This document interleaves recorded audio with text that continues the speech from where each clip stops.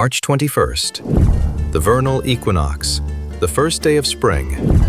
2,500 years ago on this exact morning, thousands of people arrived here, on this plateau, in the middle of a vast plain in what is now southern Iran. They came from Egypt, from India, from the steppes of Central Asia, from the shores of the Aegean Sea. They traveled for weeks, sometimes months. They stayed for one day, and then they left. The place they came to visit had no market, no homes, no permanent population. It was not a city. It was not a military fortress. It was something the ancient world had never built before and has never built since. A building designed to be used once a year on this single morning and then stand empty for the other 364 days. This is Persepolis, the ceremonial capital of the Achaemenid Empire. And even after a century of archaeology, we still don't fully understand what it was for. Let's start with something that bothers architects when they first hear it. Persepolis was constructed over 60 years. 60 years of continuous labor under 3 different kings, Darius I, Xerxes, and Artaxerxes. The workforce included craftsmen brought in from across the empire, Greek stonemasons, Egyptian carpenters, Babylonian metalworkers. We know this because the payroll records survived, clay tablets listing wages, rations, and job titles written in Elamite, the administrative language of the empire. The precision of the construction is, by any standard, extraordinary. The columns of the great audience hall, the Apadana, are aligned to within a fraction of a degree along a perfect east-west axis. The foundation platform was leveled across an area of 125,000 square meters with a tolerance that modern engineers have measured and found remarkable. Stones were fitted together without mortar, cut so accurately that the joints are nearly invisible. Now, here is the question that bothers the architects. Why? Why invest 60 years and the resources of the wealthiest empire in the world into a building you only visit once a year? The answer, it turns out, is hidden in the sunrise. Every major axis of Persepolis, the grand stairway, the gate of all nations, the throne hall, points within fractions of a degree toward the exact position of the sun on the morning of the spring equinox. This was first noticed by scholars in the 20th century, but it wasn't rigorously mapped until 2017, when a team of archaeoastronomers used GPS positioning and solar simulation software to calculate the alignments precisely. What they found was not a coincidence. One alignment could be chance. 2 could be coincidence. Every single major structure on the platform, all pointing toward the same point on the eastern horizon on the same specific morning of the year. That is a design. Persepolis was a solar instrument, a calendar you could walk through.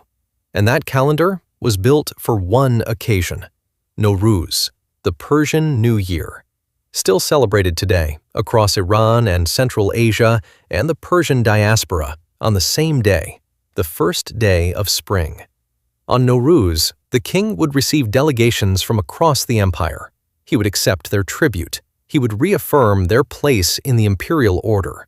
And the entire architecture of Persepolis was arranged so that when the sun rose on that morning, it would rise in perfect alignment with the gates and stairs and columns, flooding the platform with light at the precise moment the ceremony began. The building was not just a backdrop, it was a participant. But the solar alignment is not the strangest thing about Persepolis. The strangest thing is what you hear when you stand inside the Apadana, or rather, what the ancient visitors would have heard. The Apadana is the great audience hall. It once held 36 columns, each over 20 meters tall, supporting a cedar roof. The roof is long gone, but the stone floor and the column bases remain, and the space they define has a remarkable acoustic property. In 2019, acoustic researchers visited the site and conducted measurements. They found that the reverberation time inside the Apadana, the time it takes for sound to decay, is approximately 1.8 seconds. for a roofless ruin. That number might not mean anything to you, so here's a comparison. Carnegie Hall in New York, one of the most celebrated concert venues in the world, was designed by acoustic engineers in 1891 to achieve a reverberation time of around 1.8 seconds. The Achaemenid builders achieved the same result in 515 BC, with stone, without a single equation, in a space that was never intended as a concert hall. How? We don't know. There is no surviving text that explains it. There is no record of acoustic calculation. The most likely explanation is that the builders accumulated generations of empirical knowledge, building, listening, adjusting, until they understood intuitively what modern engineers understand mathematically. But that is a guess. The honest answer is, we don't know how they did it. What we do know is the effect it would have had. Music, chanting, the voice of the king speaking. In that space, with that reverberation, everything would have sounded vast, superhuman, as if the sound were coming from the stone itself. That is not an accident. That is a decision. Now walk to the grand stairway.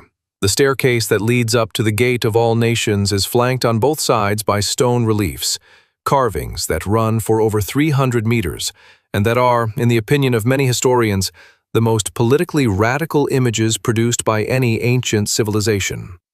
23 delegations are shown, 23 different peoples of the empire, each depicted in their own traditional clothing, carrying their own regional gifts. Lydians with horses, Armenians with a vase, Indians with baskets and a donkey, Ethiopians with an okapi. Each group is shown being led, gently, by a Persian official. In several places, the official and the delegate are shown holding hands. Nobody is in chains. Nobody is kneeling. Nobody is being struck or humiliated or dragged. The reliefs show no battle scenes, no conquered enemies, no piles of enemy dead, all of which were completely standard in the imperial art of Egypt, Assyria, and Babylon. Every other major empire of this period depicted its power through images of domination. Persepolis does not. The message encoded in these carvings is something that had never been said before in the language of monumental art. We are not conquerors. We are the center of a voluntary alliance. You are not our subjects. You are our guests. Whether that was actually true, whether the peoples of the empire genuinely experienced Achaemenid rule as generous rather than coercive, is a separate and contested historical question. The taxes were real. The military was real. The power was real. But the choice to say it this way, in stone, for eternity, on the most visible surface of the most important building in the empire, that choice tells us something profound about how the Achaemenids understood the relationship between power and perception. They were not just building a palace. They were constructing an argument. So what was Persepolis, really? The current understanding, held carefully because archaeology is always provisional, is this. Persepolis was not a palace in the way we think of palaces. It was a ceremony made permanent in stone. A ritual that repeated itself every year, on the same morning, in the same place, with the same light falling through the same gates. The solar alignment created the feeling of cosmic order. The empire synchronized with the movement of the heavens. The acoustics created the feeling of divine presence, sound filling space in ways that seemed impossible. The reliefs created the feeling of consent, a voluntary gathering of the world's peoples around a center that deserved to be the center. All of it together was a machine for producing a single experience in the minds of the people who attended. That the Achaemenid order was not an accident of conquest. It was the natural state of the world. The most powerful political statement of the ancient world was not a law, or a battle, or a declaration. It was an architecture. And then, in 330 BC, it burned. Alexander the Great arrived in Persepolis with his army after defeating Darius III. What happened next is one of the most debated events in ancient history. And after 2,000 years of argument, historians are no closer to agreement. We have two primary sources, and they contradict each other. Diodorus of Sicily, writing 3 centuries after the event, says the burning was deliberate. Alexander gathered his commanders, gave a speech about avenging the Persian destruction of Athens 150 years earlier, and ordered the palace set on fire. Torch in hand, he led the way himself. Arrian, writing even later, says it was an accident. A banquet, too much wine, a hetaira named Thais who suggested it as a joke. Torches thrown, a fire that got out of control before anyone thought to stop it. Both accounts are second-hand. Neither can be verified. Archaeologists have found evidence of intense, sustained burning in multiple parts of the complex, which suggests to some that the fire was too thorough to be accidental.